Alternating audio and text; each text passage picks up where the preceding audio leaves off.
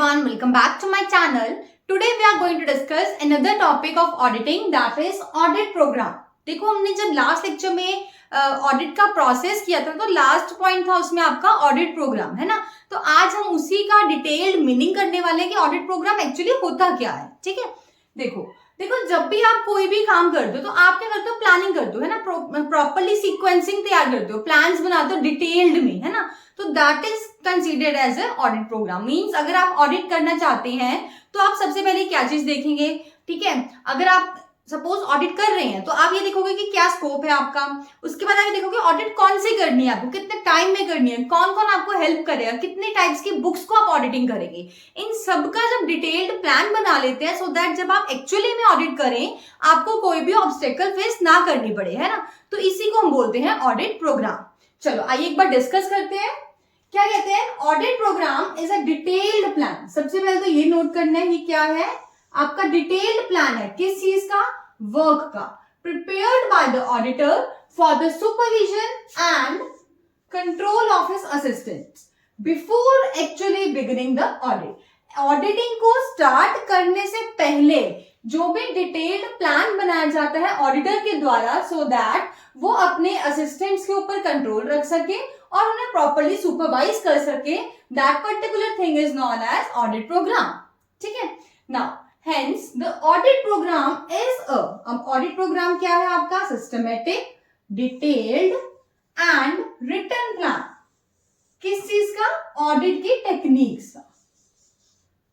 I repeat, hence the audit program is a systematic, detailed and written plan of the audit techniques to be adopted on the basis of which the auditor and his staff proceeds with their auditing work. Clear? Now, अब main objective देखो क्या है auditing का आपका। क्या कहते हैं कि the main objective of preparing the audit plan is to maintain a link. किस चीज के बीच में लिंक बनाएंगे आप, between the various task and the audit work. जो भी आप ऑडिट वर्क में अलग अलग जितने भी टास्क परफॉर्म कर रहे हैं ना उनके बीच में एक लिंक क्रिएट करना ही आपका क्या होता है, main objective of preparing the auditing plan. अब एक छोटा सा एग्जांपल लेते हैं। देखो एक पर्सन है बिल्डिंग कॉन्ट्रैक्टर, ठीक है, इसने ये करनी एक बिल्डिंग बनानी है। जब वो एक्चुअली बिल्डिंग बनाना स्टार्ट करेगा तो वो सबसे पहले ये देखेगा कि किस प्लेस पर मुझे बनानी है, मींस लोकेशन चेक की जाएगी। सेकेंड थिंग वो ये देखना चाहेगा कि मुझे कितने टाइम में बनानी है ना, टाइम बाउंड है या फिर इनडेफिनेट पीरियड ऑफ टाइम के लिए है कि जब तैयार होगी इट्स ओके। फिर स्ट्रक्चर कैसा होगा, एक ब्लूप्रिंट तो बनाएगा ना कि मुझे यहाँ पर ये फ्लोर बनाना है, इस लेवल पर ये चीज बनानी है, तो वो क्या प्रिपेयर करता है, स्ट्रक्चर। अब ऐसे तो है नहीं कि वो जितना मर्जी फ्लोर्स बनाते जाए, उसके पास कुछ तो बजट होगा, बजट चेक करेगा। फिर वो ये देखता है मुझे कितनी लेबर की रिक्वायरमेंट है, मुझे पर लेबर कितना पे करना है, मींस एक प्लानिंग करता है। आफ्टर दैट ही वो बिल्डिंग को स्टार्ट करता है ना।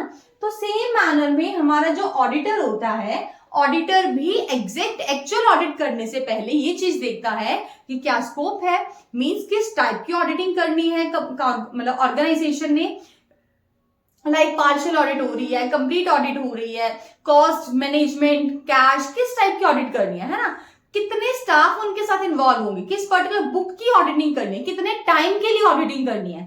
तो ये सब का जो प्लान बनाया जाता है ऑडिटर के द्वारा that is known as audit programme.